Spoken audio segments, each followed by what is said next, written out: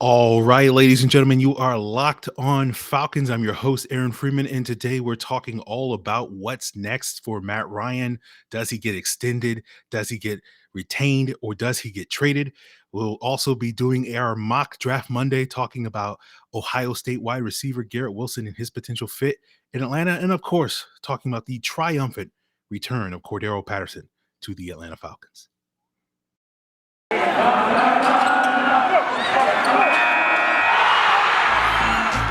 You are Locked On Falcons, your daily Atlanta Falcons podcast. Part of the Locked On Podcast Network, your team every day.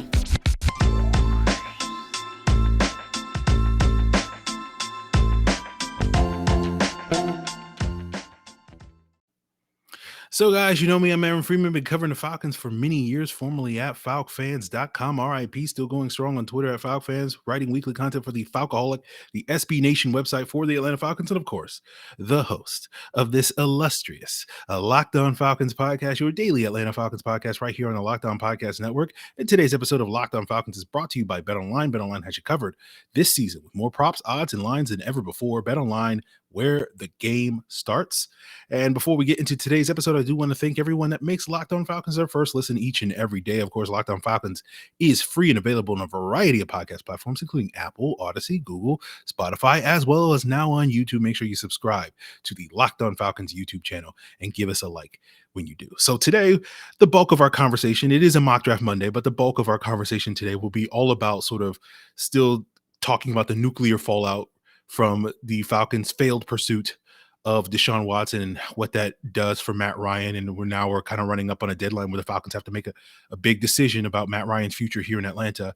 And that will be the bulk of our conversation, but we'll get into a mock draft Monday, talking a little bit about Garrett Wilson, the wide receiver from Ohio State, where Vinnie Iyer of the Sporting News and also of Locked On Fantasy Football projected the Falcons to take him at that 8th overall spot. And I'll give you my thoughts on Garrett Wilson and his fit in Atlanta. And of course, we'll talk about a little bit of positive things at the end of today's episode. Got to save the best for last. And the good news that Cordarrelle Patterson re-signed with the team over the weekend. So we'll get into all of that. But let's start talking about Matt Ryan and his situation. And I'm recording this shortly after 6 p.m. Eastern time on Sunday. And basically between now and 4 p.m. Eastern time on Monday, the Falcons are going to have to make a choice about Matt Ryan's future, presumably because that roster bonus is due if he's still on the roster on Monday afternoon. That's due on Tuesday. That was deferred last week when the Falcons were pursuing Deshaun Watson. And my expectation is that if Matt Ryan is still on the Falcons on Monday at 4 p.m., the Falcons will then basically exercise that contract restructure that they, worked out the week before, last Friday, or previous Friday, and basically exercise that. And Matt Ryan will be back in Atlanta. If not, then the Falcons will move on from Matt Ryan, potentially trading him to a number of teams.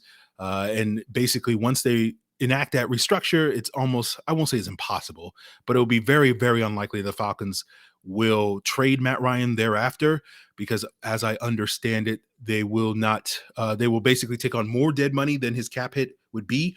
So they would actually lose cap space by trading him unless they waited till June, after June 1st to trade him.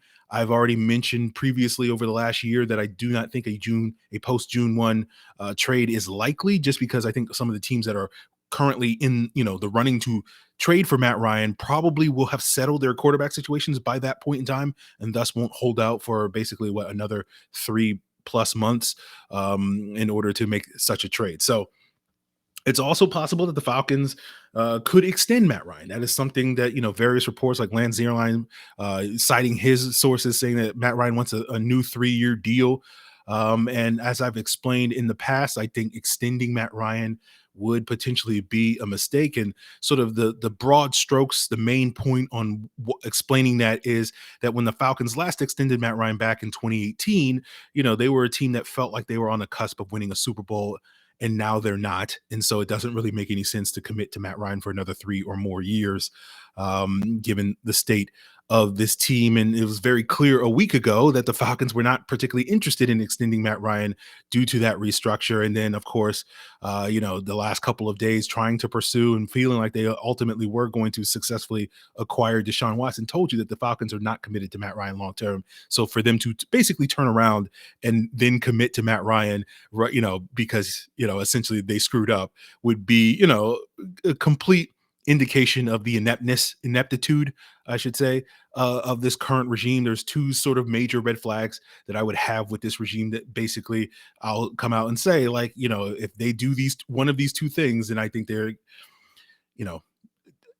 not to be melodramatic, but kind of bad at their jobs. And the first one is, not upgrading the left guard position this offseason, which currently they have yet to do and may not do. So we'll see. We'll keep an eye on that moving forward. Maybe they got a plan, but we'll see. And then the other one would be extending Matt Ryan, particularly after basically the last 10 days of decisions, would be, complete ineptitude in my eyes. So I don't think an extension is likely. I think it's more likely that the Falcons will work out, keeping Matt Ryan for another year or trading him. And potentially, as you guys are listening to this on Monday morning or Monday afternoon, maybe we already know the answer to that. But let's talk a little bit about the potential opportunities for the Falcons to trade him. And, what they could get back via trade, is certainly a question mark. Right now, I've previously opined that I think ideally the Falcons would seek a first-round pick this year and potentially a conditional pick next year that could turn into a first-round pick. But given the two teams that are rumored to be most interested in trading for Matt Ryan, based off of various reports and sources or whatnot, are the Colts and the Seahawks. And I doubt either team would give up a first-round pick. Obviously, the Colts don't have a first-round pick this year, in part due to the Carson Wentz trade. Seattle just got their first-round pick from the Russell Wilson trade after previously trading as, I think, part of the Jamal Adams trade. So, I don't think either one of the, obviously, I don't think Seattle's going to give up the 9th overall pick for Matt Ryan. But since they got a second-round pick, an extra second-round pick in the Russell Wilson trade to Denver, I could see them giving up a second-round pick similar to the Colts. I could see them giving up a second-round pick and then maybe a potential conditional pick next year or whatever the case may be. Other teams that I think are in the mix potentially that makes sense, Miami, Philadelphia would also be there. I would be most skeptical of Miami just because, I know they're not 100% sold on Tua at this point in time, but I imagine with Mike McDaniel there that they would give Tua another year to evaluate and then make a decision when his 5th-year option potentially comes up next year. But because of that Mike McDaniel connection, because he was here in Atlanta on that Shanahan staff, I could imagine Mike McDaniel going to ownership and saying, no, Matt Ryan's the guy, and I'll be able to get the most out of him over these last couple of years over Tua. But I would be skeptical of them making that decision, but just throwing it out there as a potential sort of deep dark horse. The Eagles are probably of the three most plausible ones, probably technically a dark horse, but I think make a lot of sense. They freed up a ton of cap space in the last couple of weeks. So you wonder if they can now make a move for someone like a Matt Ryan. They obviously put together a really solid squad. This past year, they were able to go to the postseason with Jalen Hurts. And we saw in that game against the Bucs that once they fell behind, they really struggled because Jalen Hurts is not a guy that is designed to really, drop back and throw the ball 40 plus times and win football games. We know Matt Ryan is certainly capable of playing at that level, at least based off of the last 14 years. We'll see if he's capable of doing that. But in Philadelphia, he has a running game. He'll have a really good offensive line. He'll have a pretty solid defense. And of course, it's his hometown team. And, that's notable given the Falcons tried to secure their own hometown hero.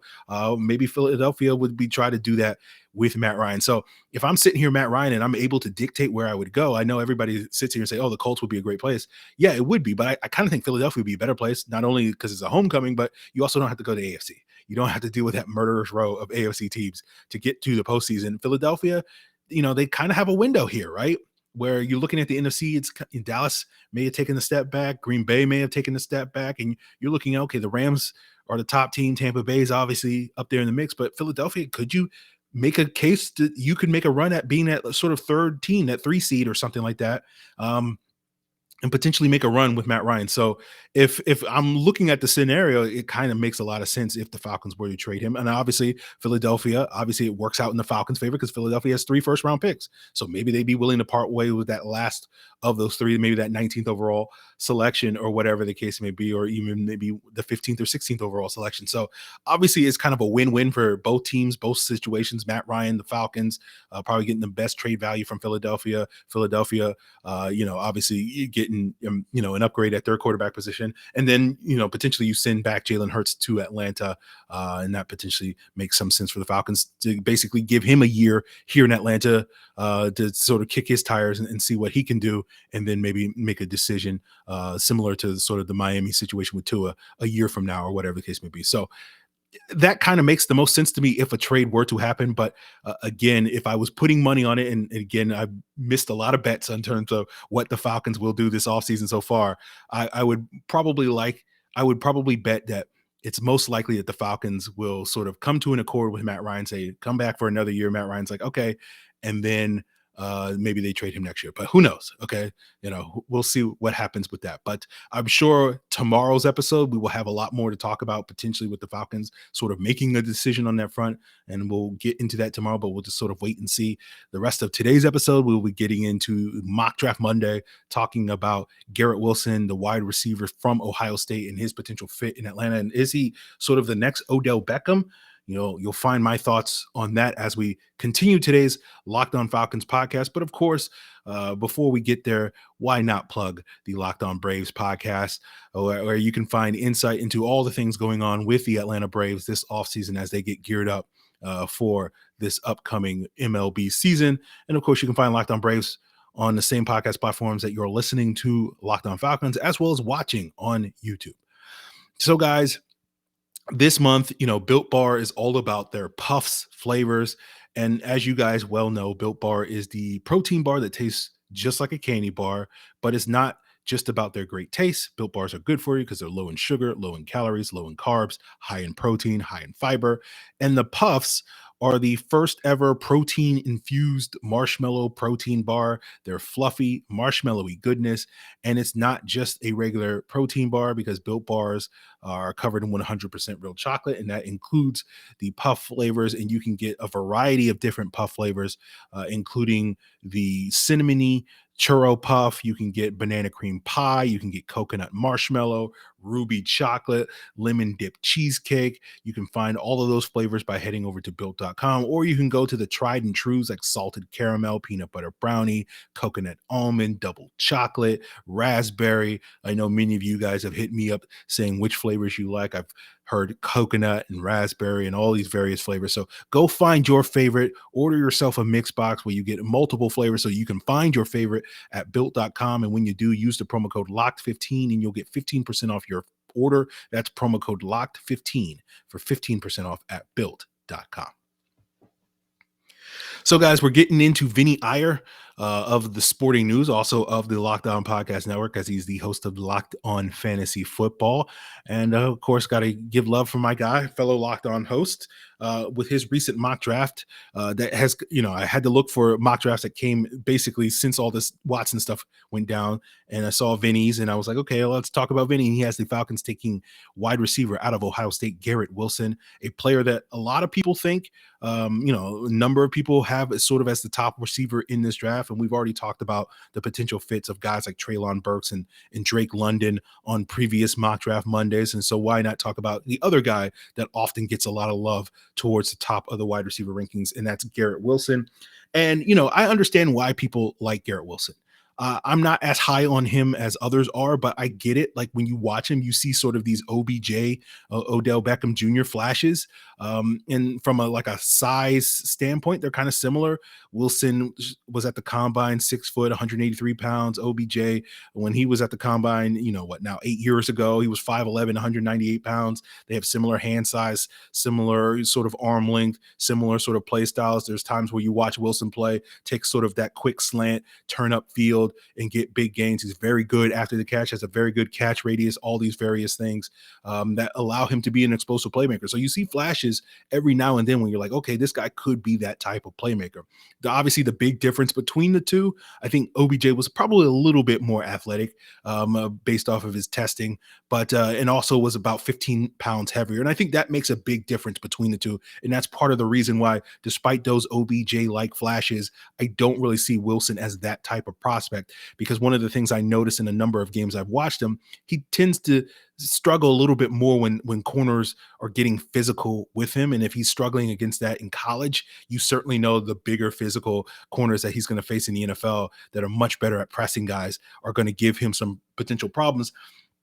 And for that reason, like, I kind of look at Wilson as not really a guy that's going to thrive on the outside in the same ways that guys like Odell did. And I feel like if he does wind up becoming one of the better wide receivers in the NFL, I certainly think he has the capability, as I said, to be one of the top receivers in the NFL. But I do have some concerns there. He's going to be one of these guys that's going to have to kind of, potentially live more in the slot than he does as a true outside threat.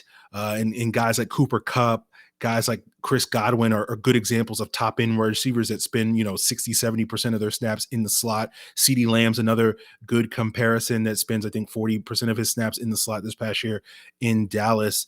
And so those are sort of what you're looking at, where, like, if a team was able to utilize Wilson and let him live in the slot for, half of his snaps or more, I could see him being much more effective in that regard. But what's notable about guys like Kupp and Lamb and Godwin is those are all guys like 6'1", 6'2", 200 plus pounds. And so that gets back to the point where I feel like Wilson is not quite on that tier in terms of a size and physicality standpoint. He's built more like a Tyler Lockett. He's built more like a T.Y. Hilton, unless he's going to put on 10 or 15 pounds, which he could well do at the next level. But if he doesn't, then he's built more like some of these other guys. Now, Lockett and Hilton have been number one wide receivers, but also have been guys that have thrived primarily playing in the slot. Obviously, that's been the core role of Lockett in Seattle, these last 7-8 years or whatever. Hilton at the height of his powers, when it was him and Andrew Luck cooking in Indianapolis like 5-6 years ago, that he was a player that often spent like half of his snaps in the slot.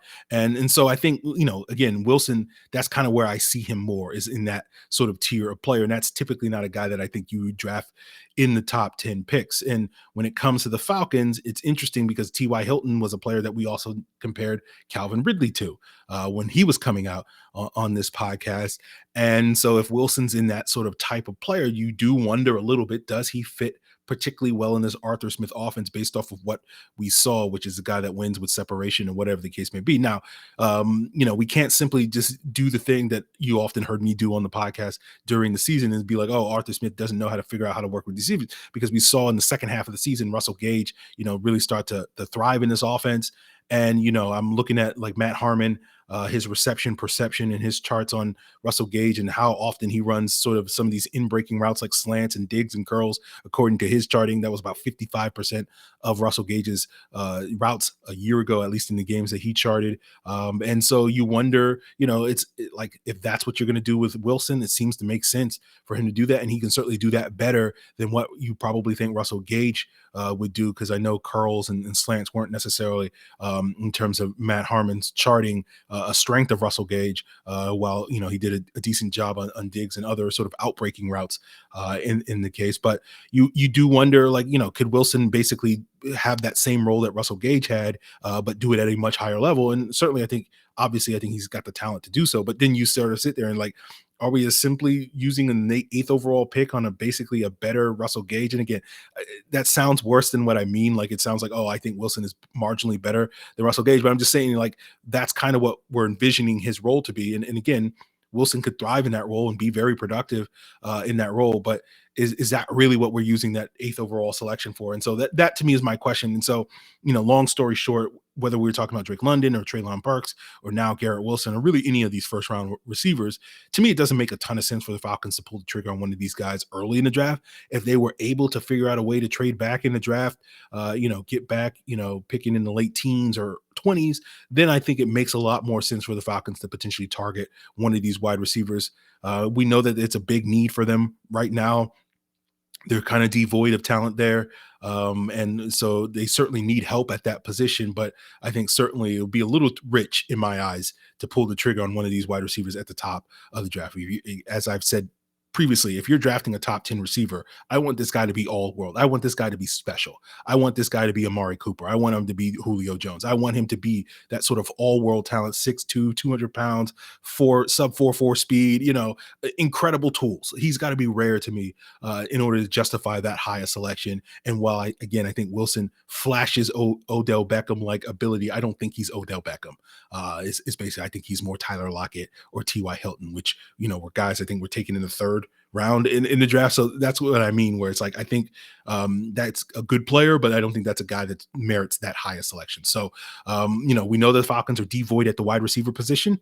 And that's where we'll leave our mock draft Monday. But we'll continue today's episode talking about a player that could help them out at the wide receiver position. And that is, of course, offensive weapon Cordarrelle Patterson. And the Falcons did get one positive outcome this weekend in terms of the moves that they made, and that was re-signing Cordarrelle Patterson. We'll talk about that as we continue today's Locked On Falcons, guys. But before we get there, I do want to plug the Locked On NFL podcast, where you can find on all the same podcast platforms that you find Locked On Falcons, including on YouTube. Locked On NFL has you covered for all the things going on around the NFL. So if you want to catch up on all the latest news, who's going where and whatnot, then Locked On NFL is the place to be. So we know that the NCAA tournament tipped off this past week. And I'm sure you have already had some upsets that busted your bracket, but don't worry, you can earn some cash back by going to betonline.net, the number one source for all your sports betting needs and info. And if you missed out on your bracket, you can win a little bit of cash by, entering in BetOnline's $100,000 Sweet 16 bracket contest, where there will be hundreds of winners, and the winners can earn prizes up to $25,000. That's the top prize goes to that person. And whether you're into March Madness, BetOnline actually also has you covered for other sports, including NBA, boxing, UFC, golf, esports, hockey, even your favorite Vegas casino games. You can also get in on draft props there by, projecting who's going to be the number one draft selection. So head to the website today at betonline.net. Use your mobile device to sign up and learn more about the trends in action. BetOnline, where the game starts. So let's talk about Cordarrelle Patterson. The Falcons re-signed him to a 2-year, $10.5 million deal. Which is a good price point for Cordarrelle Patterson. That was sort of the big conflict that we've been talking about going back and forth on with Cordarrelle Patterson. What would it cost for the Falcons to pay him? Sort of, I think I previously suggested in previous episodes that I would ideally like to pay him like a 2-year, $9 million contract. So the fact that, he didn't necessarily come in too much higher than that, I think is a good price point. And the Falcons didn't have to go 2 years, 12, 2 years, 14, 2 years, $16 million, which I would have, been a lot more critical of the team if they had done. And it'll be interesting to sort of see how that 2-year contract, that $10.5 million is structured. Is all the guaranteed money in year one, or is there some of it in year two, or whatever the case may be? Because basically the contract I sort of outlined in a 2-year, $9 million contract, I think was roughly broke down to be like a 1-year, $5 million contract. And then it was like, we'll see after that point. And I wonder if the Falcons, contract that they wound up doing with Patterson is like a 1-year, $5 or $6 million contract, and then it's like, we'll see, or whatever the case may be. So that will be interesting to see how that comes out. We haven't got really any information on any of the Falcons contracts. We do know that Patterson did get that 2-year, $10.5 million. I think we know that Casey Hayward got 2 years, $11 million. We know the structure of Younghoe Koo's 5-year extension, but outside of that, we haven't seen any reports on the structure. And maybe I think some of that may be owed to the fact that the Falcons haven't technically filed those contracts with the various places where you can start to see the structure reported. And maybe that's owed to the fact that the Falcons are still working some of this stuff out with, the Deshaun Watson, the restructure, all these various things until, Monday, maybe we'll see all those contracts get filed, and then we'll see some of the numbers report on that. So my expectation is that we will see sort of the details of the Patterson contract, as well as some of these other ones that the Falcons have signed over the last week as the week unfolds. And obviously, if anything notable jumps out in those contracts, we will certainly talk about it at a later date. But obviously, this is a good win for the Falcons in a sea of defeats. If I don't know, I know other people don't necessarily see it that way, but I feel like the Falcons, they swung big and completely whiffed. And that's not a fair way of saying it, because they pretty much had it in the grasp of their hands with Watson and whatnot. But I think you get what I'm saying, where they went sort of all in on this big swing that was going to, energize the fan base and put butts in the seats and have people talking and people be like, oh my God, the Falcons won the offseason or whatever the case may be. And they didn't do that. And now we're dealing with the fallout of that with the whole Matt Ryan situation. But, getting Patterson re-signed on Saturday certainly I think was a good move to sort of, win back some of the hearts and minds. I think it's going to take a little bit more than that to win back the majority of the people.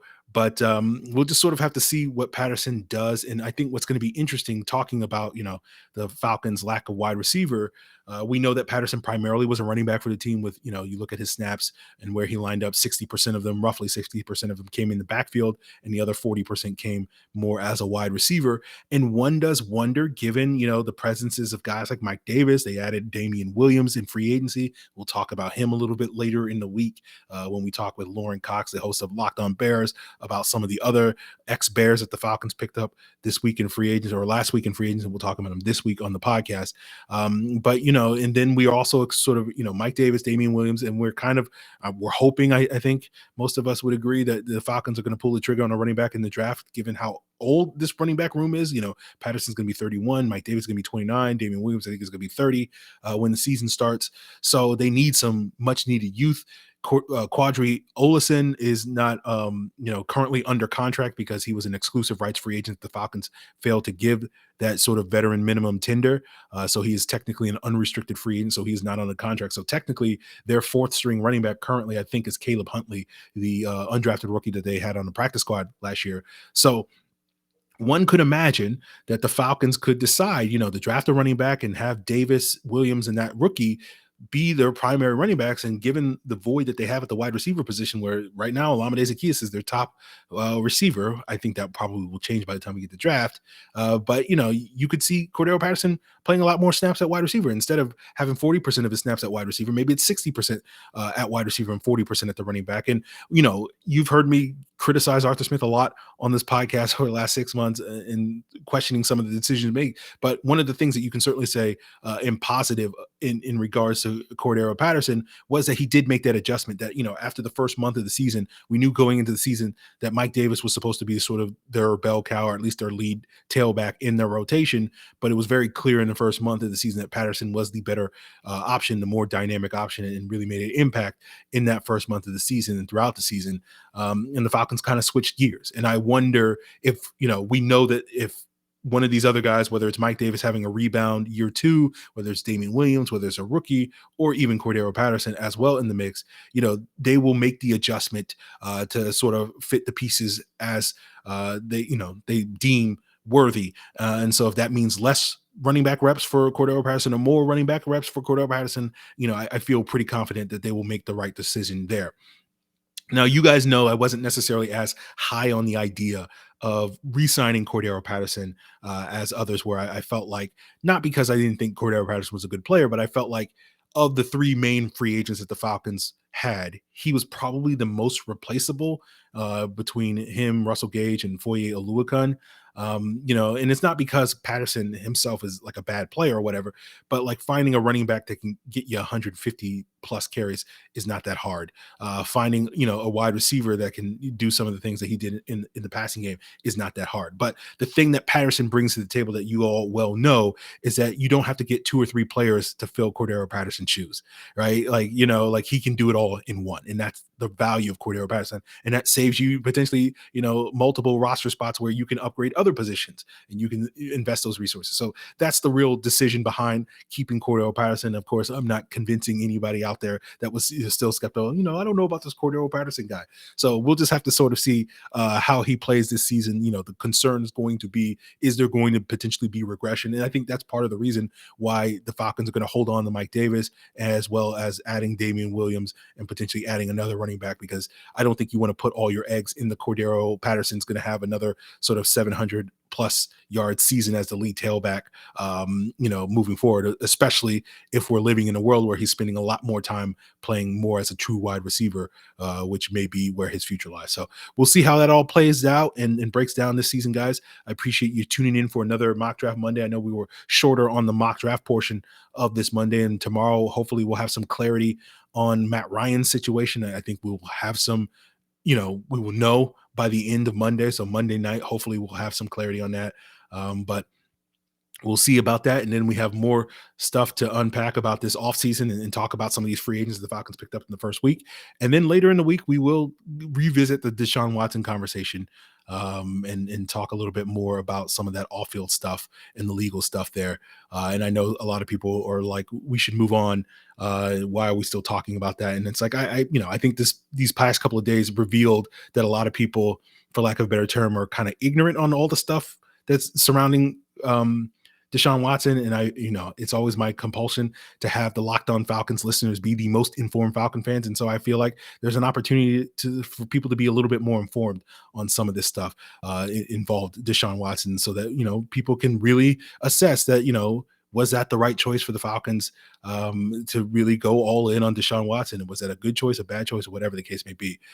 Knowing all the full context of that situation, not just, he's a heck of a quarterback, which we know just when you look at the on-field stuff, it's a no-brainer to go all in on Deshaun Watson. But when you factor in all the other stuff, maybe your brain needs to, get back in your skull and think about things a little bit. So that's something that's on deck later in the week, but we'll focus on sort of players that are on the Falcons or potentially may not be on the Falcons, and Matt Ryan in the early portion of the week. So that's something to potentially look forward to or not to look forward to later on this week. But I know all week long, you guys can check out the Locked On NFL Draft podcast. Particularly today is a mock draft Monday for that show. So check out Locked On NFL Draft on the same podcast platforms that you can find Locked On Falcons, including on YouTube. So guys, that's going to do it for us. Appreciate it. Till then.